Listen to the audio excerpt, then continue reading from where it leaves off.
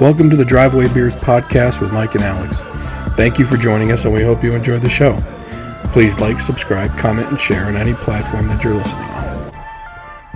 All right, welcome back to another show. We appreciate you coming back as always. Please like, subscribe, comment, and share. Also, please visit our sponsors, Brian Schilling from Long and Foster Fine Homes in Annapolis, Maryland, 145 Main Street in Annapolis, Maryland. Phone number is 410-263-3400. You can find his information in the show notes below, or go to our website and click on his logo, and you can get all of his information there. Also want to thank Cheers and Spirits in the Arnold Station Plaza.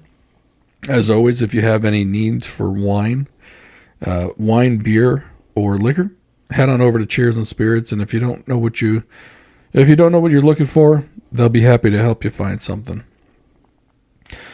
All right. We got another government shutdown looming. Now, people are probably like, hey, it's been a while since we did that. Well, it's because the last time they did it on a 2-year budget deal.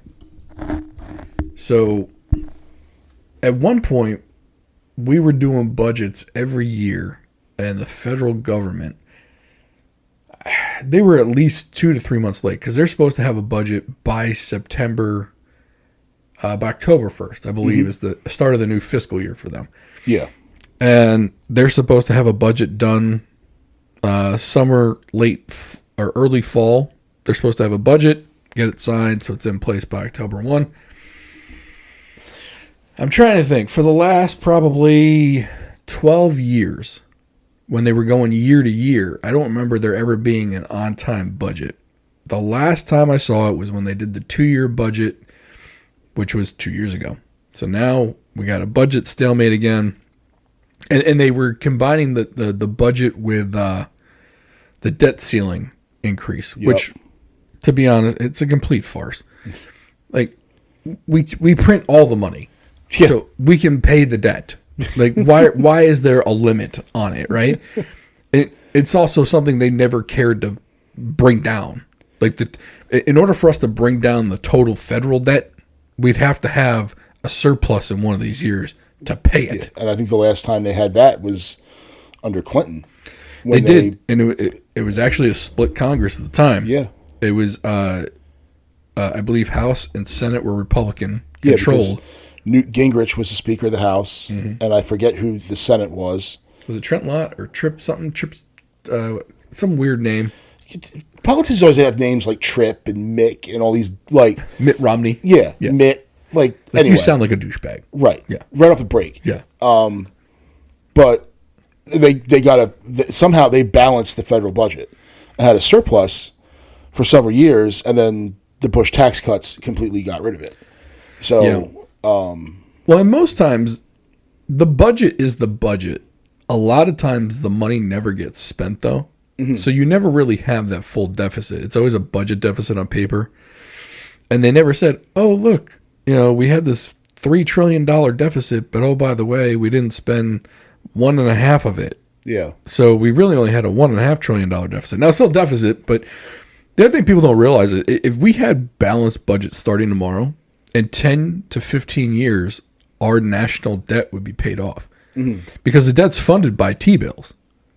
China owns most of them. They buy most of the T-bills, but basically, all these countries that have cash through their pension systems or whatever, they need a safe place to put the money and earn some interest, so they buy T-bills. And they diversify them. They do 2, 5, 10, and I think 15 and 20-year bonds.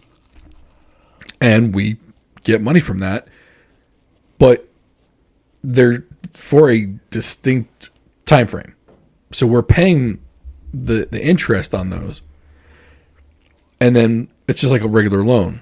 When you get to the term limit, it's paid off. Now every year though, you're selling bonds, so you have a rolling amount of bonds. But what I'm saying is, if for the next 10 years they had a balanced budget and didn't spend over it all, I think more than half of our federal debt would be paid. Yeah.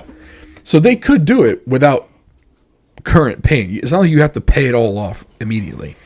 You just continue making the debt payments And actually what happens is as you're making those debt payments, the interest goes down as you're paying off more debt. It works just like think of your own credit cards. Yeah. As you pay off your credit card debt, you pay less and less interest on it. Well, this one, there's a scheduled payment plan.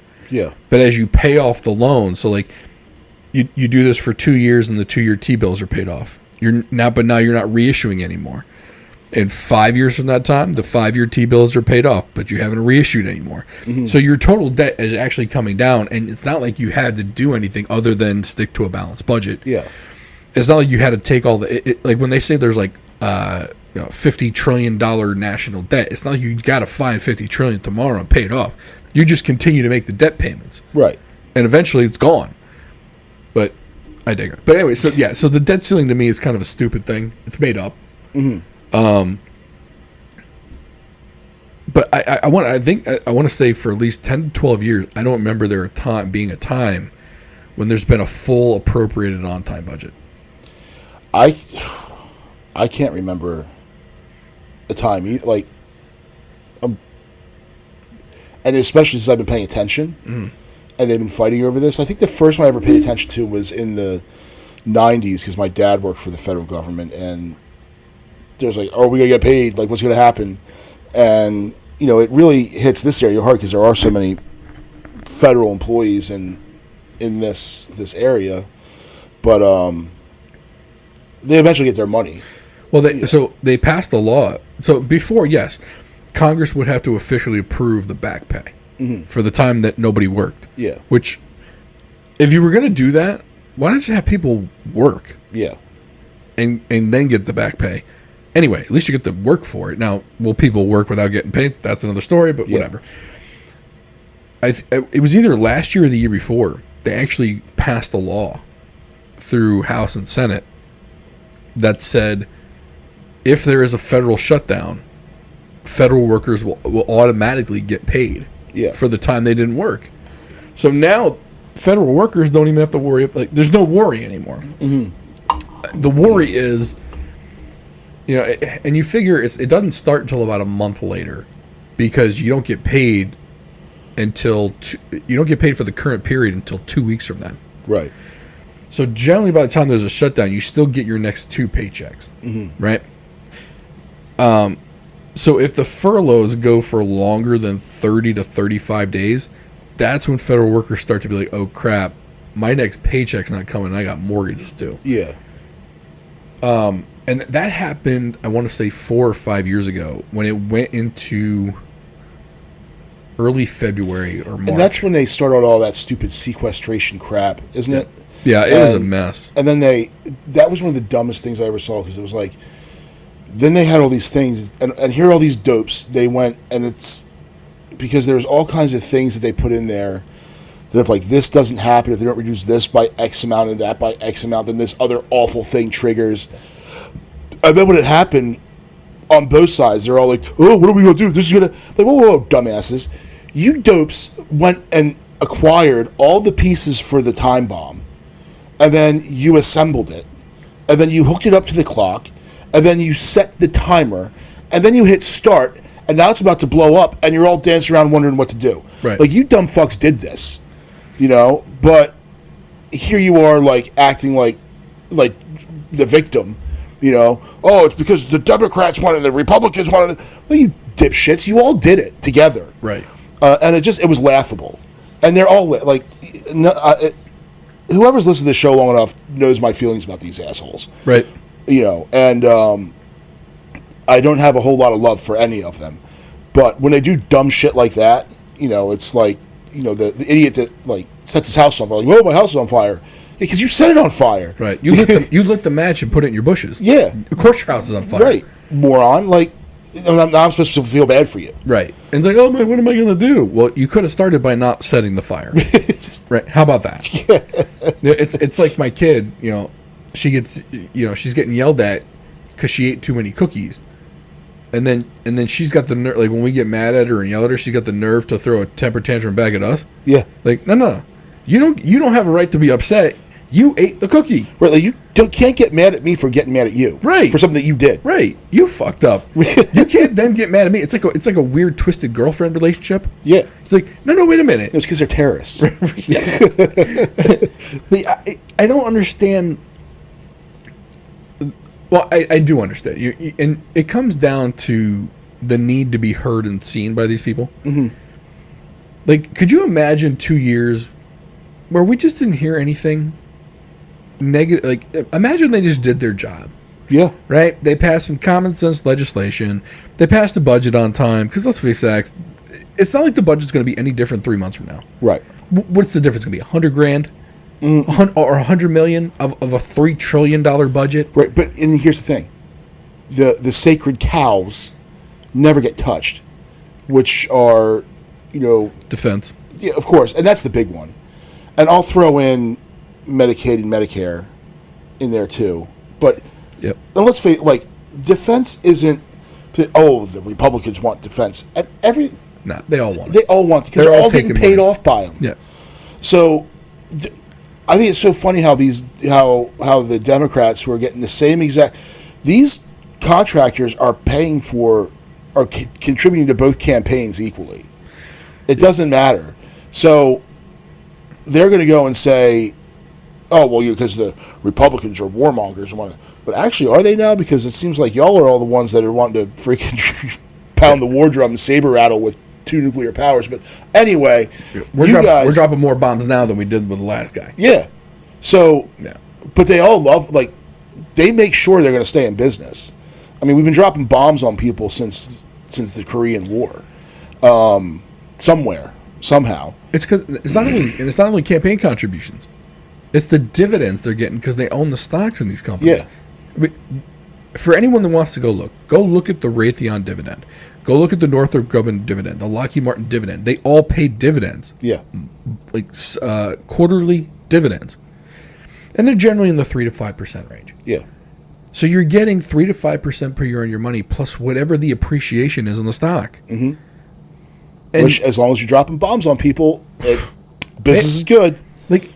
That's stupid. To me, the F-35 is a technological marvel of a plane and completely fucking useless. Yeah. We didn't need it. The F-18 knocks anything out of the sky. Oh, and by the way, you want to take a guess at how many fighter jets have been shot down by another fighter jet in the last 10 years? Oh, I think it's 0. 0. Yeah. It's 0. Yeah. Because no one's getting in dogfights. No one's coming up. And here's the thing, if you were to say you did have a shooting war between Russia and the United States, there would be air-to-air engagements. Would there be, though? Because the Russians don't have they don't have... No, they'd put some stuff up, and it would probably get knocked down. It would get knocked down. So you'd have to go look to the Iraq. I call it Iraq 1. Sure. Yeah. So the Iraqi Air Force came up, and there were air-to-air engagements, and it was a massacre. The American aircraft that were shot down by surface air missiles. That's how they went, and ground fire. Well, do you remember the first thing we did, though? We took out all their communications and satellites, so they couldn't see us coming anyway. Yeah. So they're just going up to go up, and then it turns out that, there wasn't a whole lot. They had no command and control or guidance, which now that's where the strengths lie. Now, of course, trained pilot and all that stuff and superior aircraft all factor in, but, it's pretty quick. So I'm pretty sure if there was a shooting war between the U.S. and the Russians, the Red Air Force would come up, and I'm pretty confident they'd get knocked down pretty quick. There wouldn't be much. Oh, and then another interesting thing I heard is that it hasn't been since the Korean War since an American soldier or Marine was killed on the ground by an enemy aircraft. Right. The Korean War. So 1951-52 was the last time an American... So that's how dominant we've been. The North Viet in the Vietnam War, they never tried to use it. It was a suicide mission. Well, and it's because of the strategy they used, though. First thing is you go and take out communications. Second thing is you go take out the airfields. Third, any plane you've got out in the open, kiss it goodbye. Yeah. And the thing, they're able to do it though, because it's because of the stealth technology. I'll give them that, but it's also because nowadays we got drones that fly so high radar can't see them anyway, and you can literally just and they're drones. They're manned by someone in a room somewhere. They're not even manned by a pilot. Halfway around the world. So. They're just dropping bombs from way so far up high nobody knows they're there. So if we have that capability, why do we need an F-35 at $1 billion a piece? Yeah. That's what I don't understand. And never mind the fact they just budgeted for 200 of them. Then I don't think Russia has 200 fighter jets. We're going to get 200 of these brand new Gen 6 when we still have a couple thousand F-18s, the Super Hornet, and the F-16, the F-15 are all and the 35 is the cheaper. I think they're $80 million a pop. Okay. The F-22 is the expensive one, which they're no longer making. Now it's an awesome airplane because they're going 6th gen though. They're going with the next one. Yeah, the next version. Yeah. So and they say, oh well, the Russians, you have to stay one step ahead of them. And our supposed enemies. Are we already but see, the thing is, these boomers ahead? have been fighting the Cold War. The Cold War never ended for them. Yeah. And I think I've said this before where, when the Soviet Union fell, they still treated them like the Russians, like, oh, they're still the evil empire. Which what should have happened is, no, let's start investing money and building economies and bringing these people into the fold. So now we have another place to sell stupid crap to, or to ship all our jobs to. So that's what. But no, they kept treating them like, and that's how Putin, comes to power. But because you still have this neocon boomer mentality of they're the enemy, and if you look all through government, and Trump did it too. Who did he put his UN secretary? Michael Bolton. One of the biggest war hawks there is. That was after Nikki Haley, though. Yeah, and she's another neocon war hawk too. Yeah, because they know where their bread's buttered. They're not dumb. They're all insider trading. They're all crooks. Well, and we talked about this before. I mean, eventually, nobody's going to fight back. Eventually, they're like, okay, you got it. And they're like, no, we have to have an enemy. Because if you don't have an enemy, you can't keep making shit. That's why there's going to be aliens. Yeah, right. Well, that was the thing. Like we talked about this. At some point, they're going to go into space, and they're going to create an enemy. Yeah. And they're going to make it. Like I said, I mean, you go to Disney right now, and some of those laser light shows. I mean, it can look pretty realistic. I mean, don't get me wrong. It's probably in like Gen 2. Imagine if they get to Gen 4, or they already have it.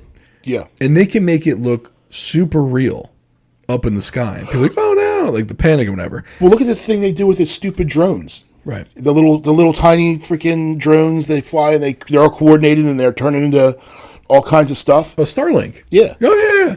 Now imagine that with lasers and all kinds of other stuff, and so to me it's not a stretch. And like I heard it on something I was watching where this one dude thinks it's actually going to be like, he wouldn't put it past him to actually destroy a small city or something to say that the aliens did it, like, I don't know, Maui. Like, oh, we don't know what caused it, but we're it's aliens. Now we have to spend money on alien defense. Oh, let's spend all our money, and the defense budget balloons to whatever. And we just happen to have Space Force already. Yeah. The dumbest fucking name for an agency. And it's still so dumb because they're using Air Force ranks when they should be using Navy ranks. Did you ever see that show? It was called Space Force, and it was Steve Carell. No, they were basically making fun of it. It's like everything that you could think of to make fun of, they made fun of it. I was like, oh wow, they actually did this. We got this debt ceiling fight, the budget fight again. And the weird thing is that if you pay attention to politics, they really hype this shit up and they point the fingers at each other. Like, people actually give a shit. And it's like, maybe we're kind of insulated because we live around here. And it's like, once you've seen the movie 5 times, yeah, you know how this is going to play out. Mm-hmm. And I can almost guarantee it. And there's always varying degrees of it. But the worst case scenario is we go through February and they make some deal for the budget. The budget gets passed and everything goes along. There might be a furlough here and there. There might be a continuing resolution here or there. Yeah, they'll kick the can down the road. Yeah, although, I mean, so apparently, so we're 10 days away. This is September 21st. The 31st is 10 days, or the 30th is 10 days away, whatever. And, of course, they're hyping up the furlough trains and all this other stuff. Oh, the Republicans can't get together. Kevin McCarthy's a dope. Kevin McCarthy can't get his own caucus in line. That dude almost didn't become speaker. There's no getting them in line. And this is the difference, the biggest difference between Democrats and Republicans. And this is why you don't really see this when Democrats have the House, is that Democrats fall in line. And we've kind of talked about this. I guess there was a study that said Republicans get their news, not congressional Republicans in general. Republicans and independents get their news from 3 or more sources. Mm-hmm. So basically, they hear something and they fact check it, right? Mm-hmm. Democrats get their news from one source and believe it. Yeah. Well, now you've got a party where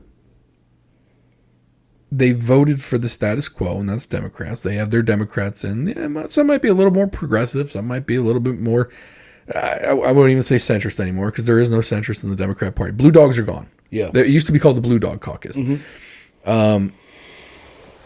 I'll pull out a Heath Schuler reference for those that want one, because when Heath Schuler, first overall draft pick for the Washington Redskins back then. It was the Redskins. And was awful, got ran out, became a congressman from North Carolina, and was a Blue Dog Democrat. Very similar like a Joe Manchin, right? Mm-hmm. But Joe's the last one. Anyway, they all kind of get in line, right? When they call the caucus together. And a lot of that had to do with Nancy Pelosi, because Nancy was such a force as far as fundraising goes. And she was like, look, if you don't fall in line, I'm going to primary you and I'm going to get you out. And Yeah. she would. That was the threat. And she made promises that she kept. Mm-hmm. The Republicans, on the other hand, they actually get primaried by the people. Yeah. There's this group, and I don't even think it's organized, but basically someone further right than them will primary them, or someone left of them. Basically, if you don't do stuff for the people, you're going to get primaried, and you may lose. Like, there's an actual threat of losing. Oh, yeah. But then those people go to Congress and they're like, well, I've got to do what I said I'm going to do. And so my thing is, Republicans are harder to get in line. And right now he's got a wing of that party that is not getting in line. Yeah. They didn't want him to be speaker, and they're certainly not going to go for any compromises that he wants as far as the budget goes. So yes, we might have a little bit, stretched out furlough for federal employees or whatever is going to happen. The thing with furloughing employees is when you do it over the holidays, they tend not to like it. Yeah. And it's like, I feel like the next election for any Republican ticket, as long as you don't put up Dr. Oz in Pennsylvania. Not even from Pennsylvania. Right. As long as you don't put up dope candidates, Yeah. you got a really good shot at winning. Yeah. Because people are really fed up with Democrats right now. Like, they've taken on a couple of topics that nobody's on board with, other than like 2% of their party. Yeah. And they haven't reined it in. I thought some of this stuff would get reined in as soon as it showed it wasn't popular, because politicians are prom queens. They want to be loved. They want to be liked. They do what is popular. Yeah. And when they found out that this wasn't popular, I'm surprised they didn't pivot on a lot of this stuff. Mm-hmm. Like, for example, like the CRT stuff is not popular. Yeah. And they try to explain it away by saying, oh, it's not happening. Oh, it's not happening. Well, school boards have it on their websites. Yeah. Like touting that they're doing this. Mm-hmm. So they can't say they're not doing it. The only thing they have to say is, well, it's not happening where you live. Yeah. And You can only say that about certain places, and they've been very strategic of where they put it. And then you've got the Antifa stuff, which when people see it, they're like, "Oh crap, this is real." The drag shows around kids, the whole calling parents at school board meetings domestic terrorists by the. And then the worst part, like how, and then they wrote it down, right, and sent it in a memo.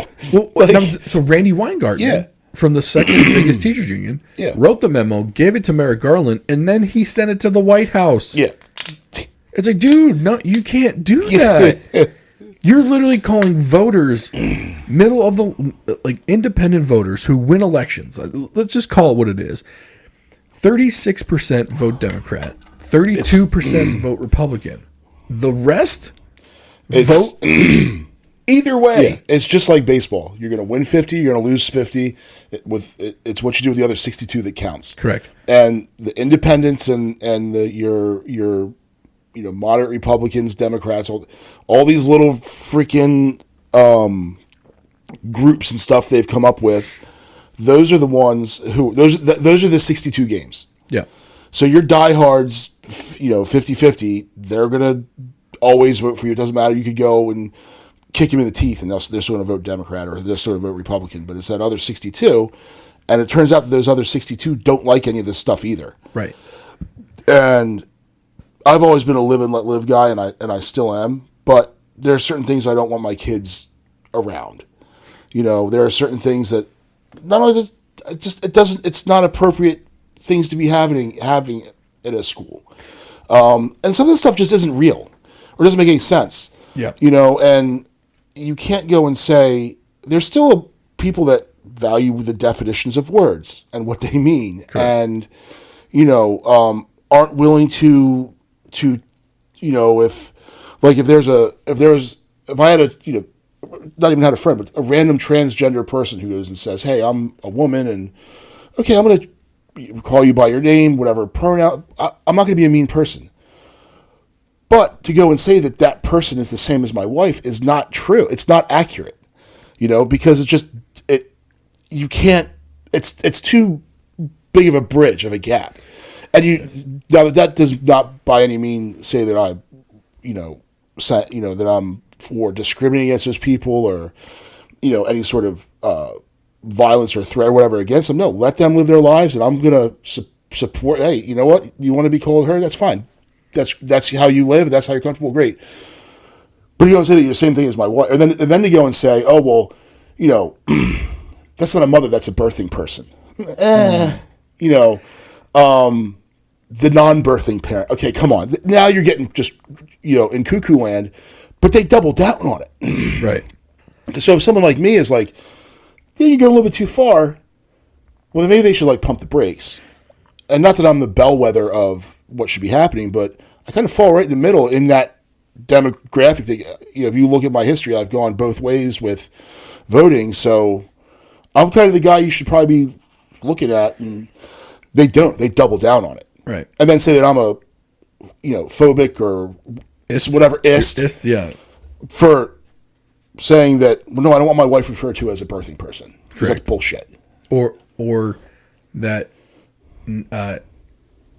biological males should be competing with females in sports. Yeah. That's less than 1% of the population cares about that. Yeah. And even less of that 1% of the population thinks that they should be playing in women's sports. Mm-hmm. Not that I know a whole bunch of trans people, but the ones that I do interact with think it's complete bullshit. Oh no, hell, and never mind.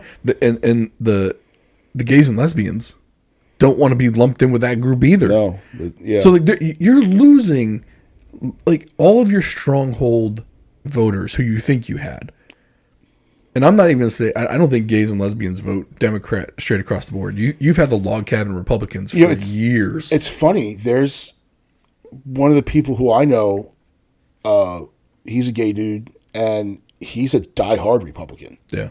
So to go and assume, and I think that's another thing, is that Democrats have been taking these voting groups for granted for so long. Another group is black men. Every single year, black men are shifting more and more towards Trump, and every single indictment that comes out, I mean, I'll watch the videos, and they're like, man, they going after him like they go after us. And it's like, y'all might want to tread carefully. Think about it. He's going to be the dude. Trump's going to be the guy who gets 25% of black men to vote for him. Yeah. He got 20% last time. The polls now show 25%. That's unheard of. Now, the overall black vote, though, I think they say if he gets so black men and women, if he gets them to vote, if he only gets 15% of them, Democrats can't win. They don't have the numbers to win. So you can't even fake a win at that point because your numbers aren't there. Like at that point, your math is going to look real fucked up to the point where someone's going to notice it. Mm-hmm. But if you,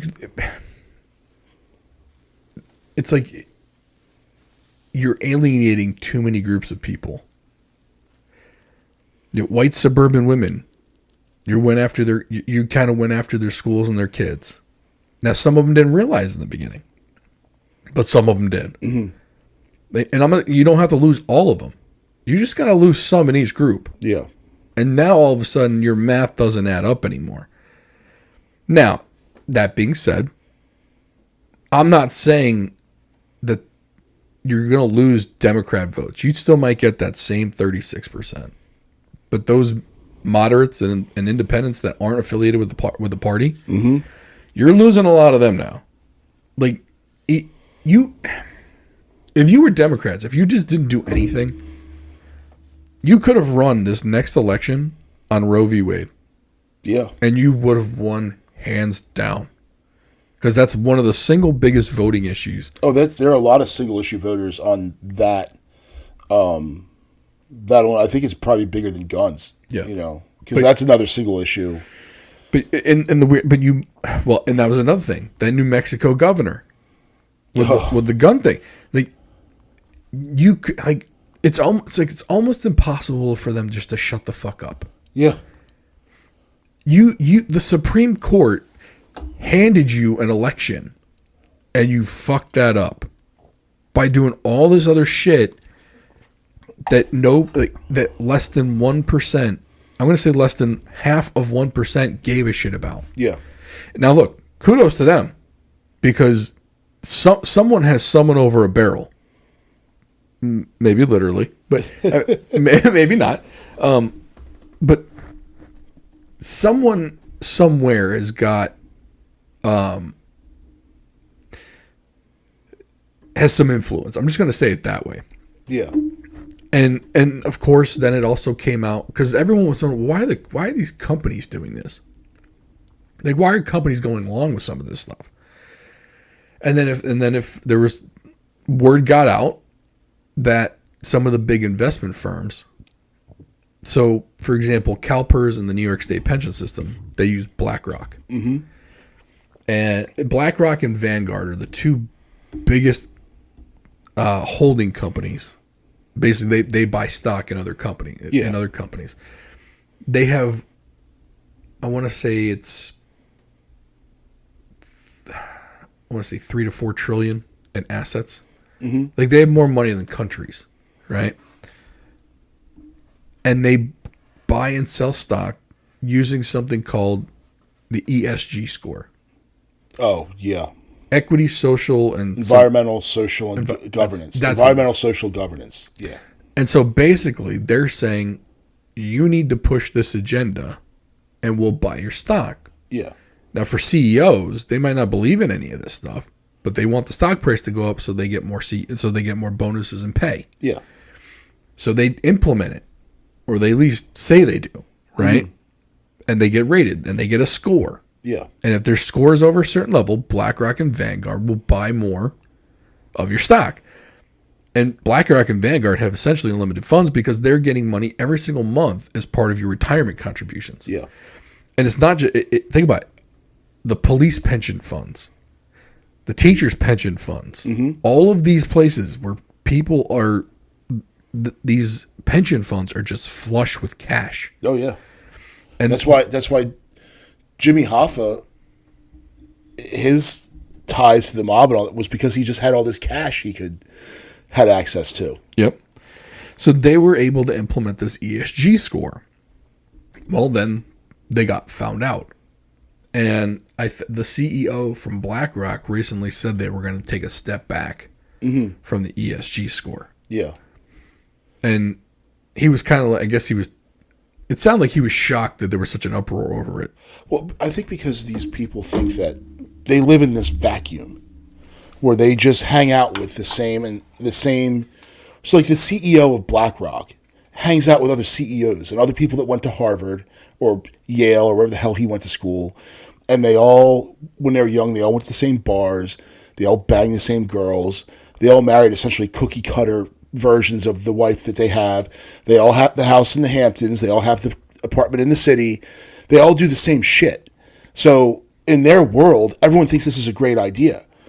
But once you get out of that stratosphere of wealth world and you get down to like boots on the ground type stuff, where us peons and untouchables and the unclean live, that doesn't fly, And I honestly believe they're shocked. Like, what?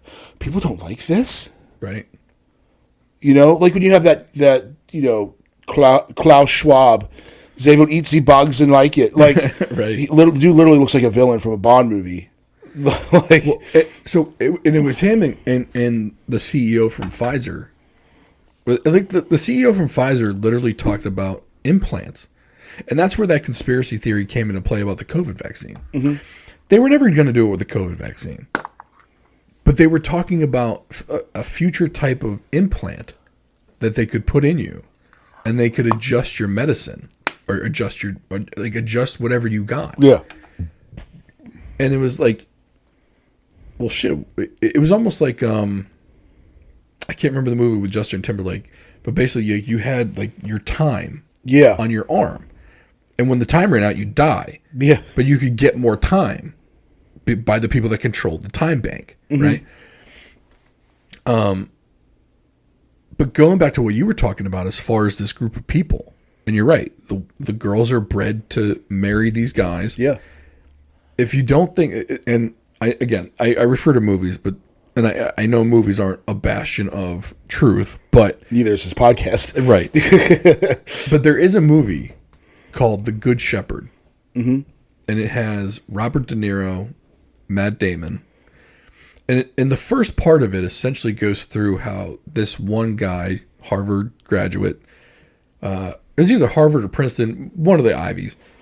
He was essentially targeted by the CIA or FBI or whatever to become an agent. Mm-hmm. And so they invite him into the circle. Like, hey, come hang. I want you to come do this. And they're teaching him these things, going through camp and all. And then they have these social parties. This is where like Skull and Bones comes into play. And there's a couple others.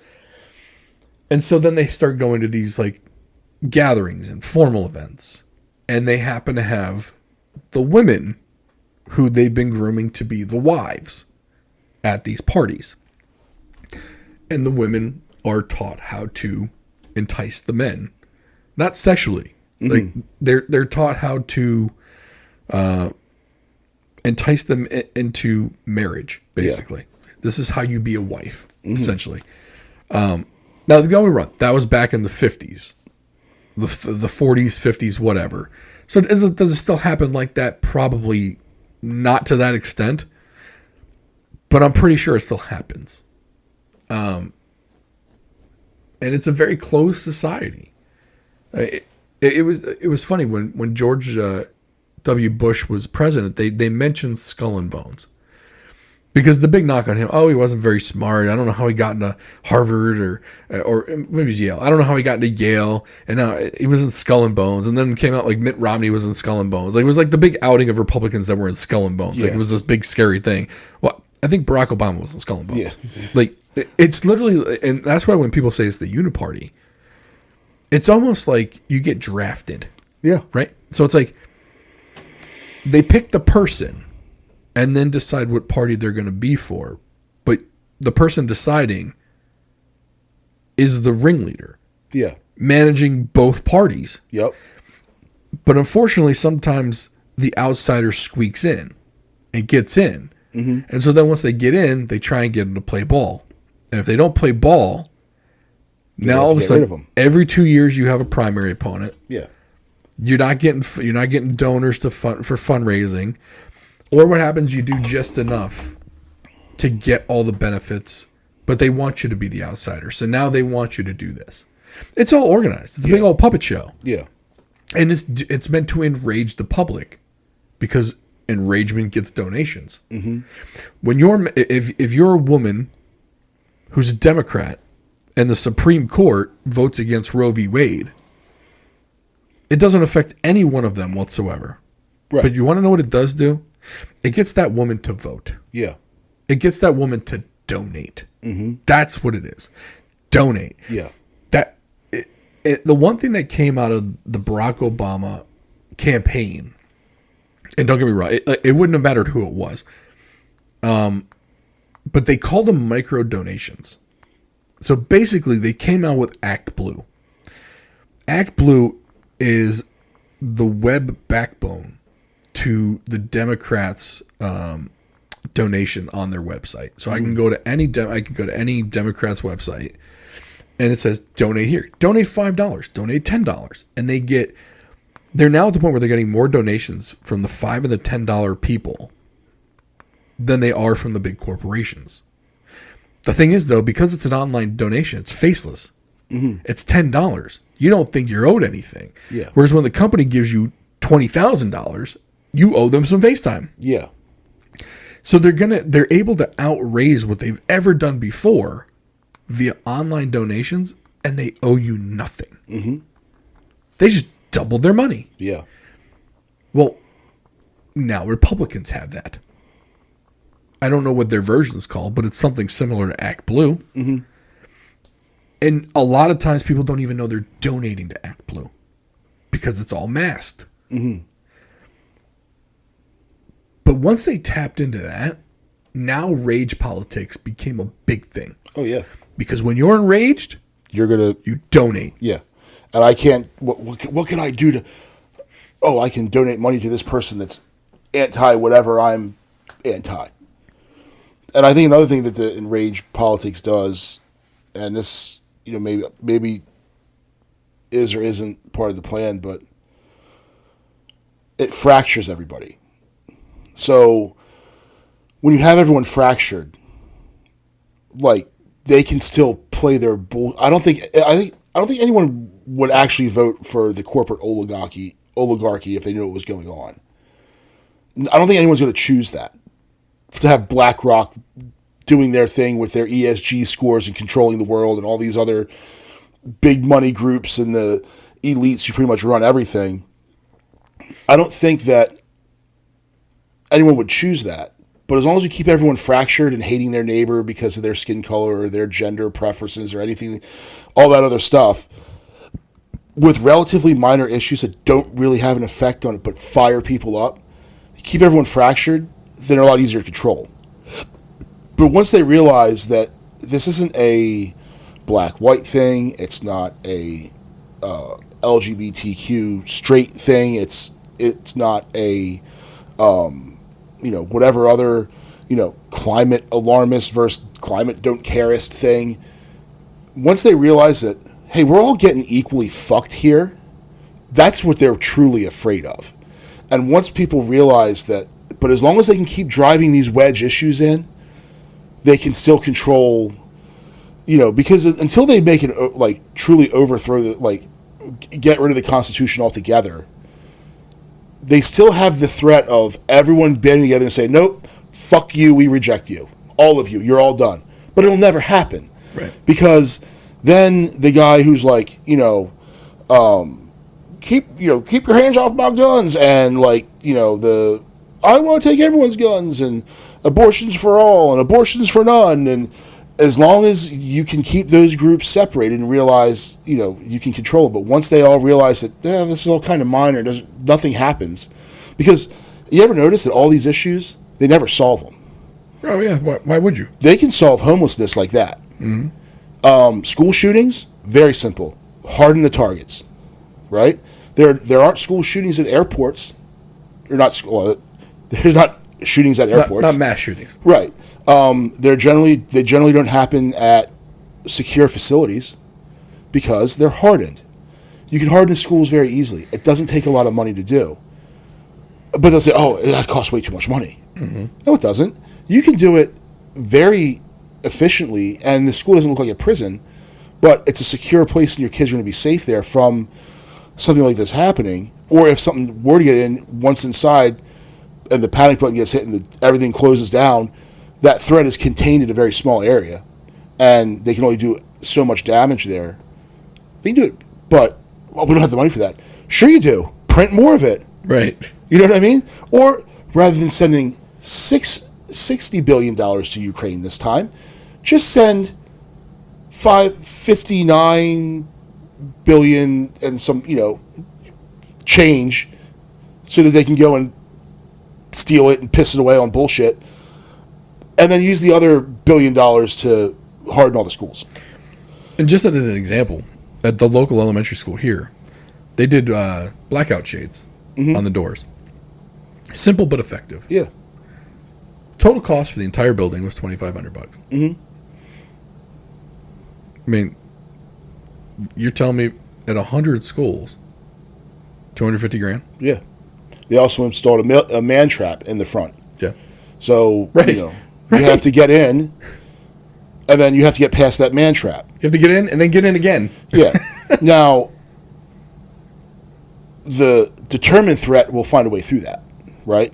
However, it's either going to slow them down enough, or they're just not that determined, or they're going to seem like, it's not worth it. So, again, that man trap, let's say, I'm sure it was a government contract, so it's probably ridiculous. So say they spent, $30,000 to put it up there. With that, so now we're in 32.5, and they've made a huge improvement on that facility. So do that to every school.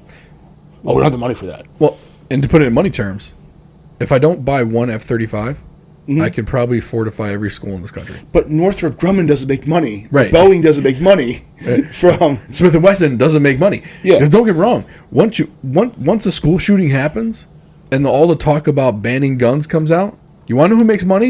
The gun manufacturers, because everyone's rushing to get guns because they're worried they're not going to be able to get one. Yeah. It happens every time. It's clockwork. Yeah. Every time. Yeah. So no one's concerned about the homelessness issue. No one's concerned about that. No. No one cares about veterans affairs. You're telling me that place has been a shithole for 50 years? Yeah. And you still haven't found a way to shore that up? But the Republicans are always waving their, thank our veterans, American flag bullshit. Thank the veterans. Just don't give a shit about them. Right. Let them die in their own squalor. Yeah. Prescribe them all the opiates in the world, but don't let them have some weed. Right. Yeah. Or for PTSD. Let them go kill themselves, and then the problem solves itself. Yeah. And but the thing is, these people don't give a fuck about you. And the fact that I have good friends that are just diehard Democrats, diehard Republicans, I'm like, they don't give a shit about you. They don't care about you. And you could end despair and lack of opportunity in the hood, in the ghetto. You can do that. There are ways to do it. But then you don't have the issue anymore. You can speak truth about the causes of some of these things, but then you don't have the issue anymore. Well, did you hear what happened? So in the New York Times, the most liberal newspapers of all, one of the columnists wrote about the effect of lack of two-parent households in the black community. And there are hard numbers on that and how it affects the children. It's essentially a catch-22 self-fulfilling prophecy. Without two parents in the household, or two parents parenting, even if you're divorced, if you can just co-parent your kid, right, it counts as two parents. Yeah. Just by doing that alone, you've given your kid the so-called white privilege. Mm-hmm. You've given and this goes to say, I mean, even for white kids, right? Yeah. Race really shouldn't have been brought into this, but if any kid doesn't have two parents in the home, I believe they're 70% less likely to, what's the word I'm looking for? Not succeed in life, but they're less likely to have a stable job, stable home life. I want to say, like, they don't graduate high school. Yeah. Like, the numbers were unbelievably daunting, and I wish I knew which study it was.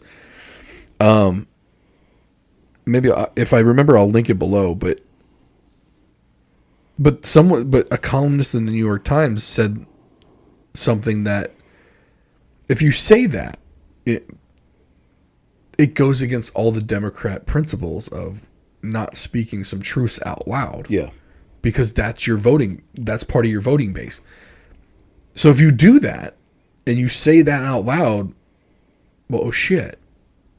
You know, who was the party that put the welfare system in place that disincentivized having the husband in the house or a man? You know, it disincentivized marriage within a community of people. And prior to that, I guess that was Lyndon Johnson's Great Society. Prior to that, the marriage rate, the parents who were married in the same household in the black community was higher than it was among whites. It was. And that was in the rural South. That was also in the cities. It was across the board nationally. It was higher then, and you didn't have the same issues that we have today. But then you destroy that, and it goes all. You look at, it's all comes from the Marxists want to destroy the nuclear family because they want complete dependence upon the state. Yep. The state is your mother. The state's your father. The state protects you. The state is everything. Give all your money, the power the state's going to take. Well, the state's doing a pretty shitty job, because the government can't do anything right. So, and behind it all are oligarchs making all the money. Yeah. It doesn't matter the form of government or what they call it. The end goal for the elites is the same. Yeah. Keep all the money, suppress all the people, so they don't kill us. Mm-hmm. That's basically the premise of it. But I feel like they do this every year with this budget, this federal budget, and that's originally how we got on this topic. I guess my thing is, social media, the legacy media, they're going to try and piss you off on purpose by fabricating this idea that these people are causing a federal shutdown. These people are causing a federal shutdown. And it's all fake. Yeah, so you have some asshole like Lindsey Graham standing there on Fox News talking about how, this is for the American people, and the American people want this. But what that fucker knows about what the American people want. You remember he slipped up? So, you remember back when the Roe v. Wade thing came down? Mm-hmm. He publicly made an offer to Democrats for the 16-week abortion limit. Do you know how quick that went away? Oh, yeah. Apparently someone got what the fuck are you doing? We can't put an actual solution out to an issue. We need the issue. Right. The 16 weeks made us more liberal than all the liberal countries in Europe. Yeah. And yet, here was a Republican, a so-called staunch conservative Republican from South Carolina that put it out there. Yeah. And I think everyone, it was amazing how silent everyone got. Yeah. And they used the playbook of shut the fuck up and it'll go away. Mm-hmm. That was when they really fuck up, they go to the real playbook of just shut up, it'll go away. And it did. And we'll just change the news cycle. Yep. Oh yeah, you effed up, but don't worry. Aliens. Right. They say, right. Aliens. Trans people. Yeah. Oh, bathrooms. Racist. all the isms in this comes out. Yeah. Or the phobics. And it's just oh my God. Yeah. You proposed something real. What the fuck are you doing? We're not going to do work? And I'm sure that, I mean, there are going to be attention seekers and people that just want attention everywhere. But I'm sure that the overwhelming vast majority of trans people don't want to be a political issue. They just want to live their lives and do their thing. 100%. You know, they're not interested in being a cause. You know, they just want to live their lives and do their thing, as most other people do. Right. Regardless of what it is. And then once, you know, but you can't just let them do that because, no, you have to be a cause. We have to celebrate you or we have to vilify you. It depends on what mood we're in today or what benefit we can get out of it at the moment. What'll cause the most outrage? Because the most outrage gets the most donations. And clicks and donations. Yes. And, you know, can be the wedge that fractures people apart. Like so if people go on Twitter, I want you to go look for a kid named Chris Mowry. And there's another one too. I think Harry J. Sisson. So it's I think at Chris Mowry, Mowry, and then at Harry J. Sisson, Sisson. Go watch their videos because they're 20-ish year olds, but they look like they're 18. But they go on these things and they stand for Joe Biden, like and anything Democrat. Like it's if you go on there, you're gonna look at this and be like, what the fuck are they doing? Are they like plants? Yeah, they're literally so they work for some media group, and the media group is paid by the DNC, and they got found out. But you want to know who didn't give a shit? The Democrats. Yeah, hardcore Democrats. Like, oh no, it's fake. That's fake. Yeah. Then they went on Tim Dillon's podcast because they were trying to debunk all of it because it got to a fever pitch at one point. And Tim Dillon, one big fat gay dude. Yeah, hilarious though, and he's friends with Joe Rogan. Yeah. Like he's in that mold as far as comedy and beliefs go. Yeah. Right? All politicians are full of shit. That's his basic motif. Yeah. And so we have these kids on, and they're kids. They're in their early 20s. They look like they're 15. And they're trying to talk to 18, 19, 20-year-olds. That's who they're targeted towards. And Tim basically was talking to them about content making. And one of them, and I can't remember, they both look the same. One of them said, yeah, you know, I tried to make content that was critical to Democrats, but it never got any views and clicks. So I just didn't do it. Like he just outright admitted that's what he's doing. Yeah. Because that's how he gets paid. Right. Because then it was found out that they worked for this ad agency, or they were represented by this media group who was getting paid by the DNC. Mm-hmm. But no one gives it. They still have thousands upon thousands of views. Yeah. And like it when you watch these two, it looks like propaganda. Like if you see it, you're just like, what the fuck is this? Like this is insane. Yeah. Like they're over the top passionate with the message. They're like pounding their fist into their hands as they talk. Like it's real aggressive. Like if you don't believe, how do you not believe me, bro? Bro, you know these are facts when I say them, bro. Like what the fuck is going on? As they're trying to be that aggressive hood type. What the fuck are you doing? Yeah. You haven't been on this planet long enough to know your elbow from your asshole, and you're trying to put this shit out there. Like but we're coming into 2024 presidential election time. Get ready for 10 times of this of what we're seeing. You know what? So I don't really watch television anymore. I watch the O's, I watch the Ravens, I watch the Caps. If it's not that, I'm really not watching it. Like I started watching Discovery Wings on YouTube. Like I don't know if you remember that show from the 90s. Like it was all about airplanes. It's all airplanes and dick commercials. Yeah, and they'd be like, this week on Discovery Wings, and I found a YouTube channel that is pretty much, I think the dude just records it from a VHS tape. So it's like a camera looking at a TV screen. Oh no.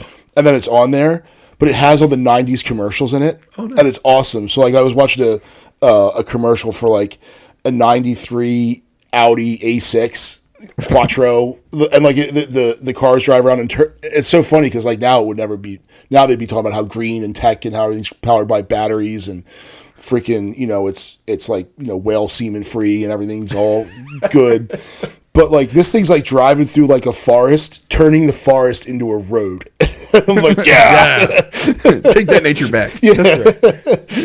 But spewing freaking carbon out the thing, and burnt oil because Audis of that vintage love to burn oil. It's got more smog than a diesel. So I'm watching this. I'm like, that's the '90s commercial.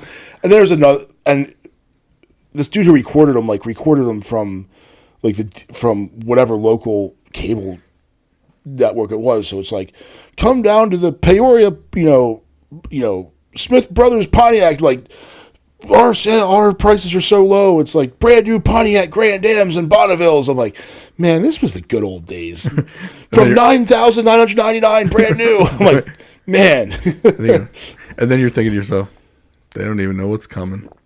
10 years, they don't exist anymore. Right. And if I found a 93 Grand Am in decent shape, I have to pay more than 10 grand for it. Yeah. We should say this for another episode, but right now a Pontiac G8 GT or it's G8 GTP.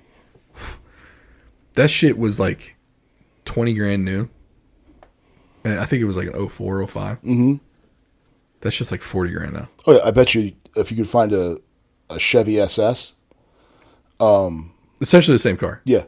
They kept updating it. Yeah, and they were all made by Holden, but I'm sure an SS. The SS is appreciated in value. Yeah. Now, with the car market now, who knows? But we'll get into that. Maybe we'll do that in the next episode or one after that.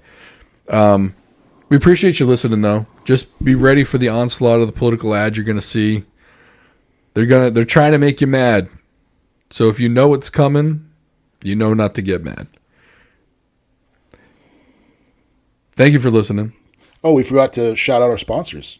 Oh. Yeah, so if you're in the market for some fine alcoholic beverages, please visit our sponsor at Cheers and Spirits, located in the Arnold Plaza Shopping Center. Arnold Station, right there on Route 2. Great staff. They'll help you find what you need. If you're trying to find a bottle of wine for your wife and don't quite know, they'll probably be able to figure it out for you. So, or at least get you close in the ballpark.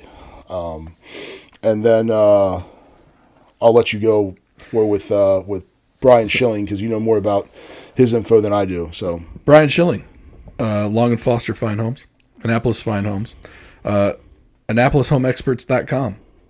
You can get his link on our website, drivewaybeerspodcast.com as well. Like I said, he helped me buy my house, and he's also helped me with advice as far because we've been in the market for a couple houses. We had some other properties too. Not that I'm like some mogul. I mean, he's one of the elites. I am. That's how I know all this information. That's why it's factual. People come here for the facts, not the feelings. No, but Brian's really good as far as just kind of shooting you straight as far as the situation. So even if you're going to be looking into buying a home in the future or selling your home in the future, it doesn't hurt to reach out now because what you don't know ahead of time might hurt you when you're ready to sell or ready to buy. So go ahead and give Brian a call at his Annapolis office. Again, you can get all the information at AnnapolisHomeExperts.com. We appreciate you listening. Please like, subscribe, comment, and share. Share it with a friend. Let them know you like us. And we'll see you next time.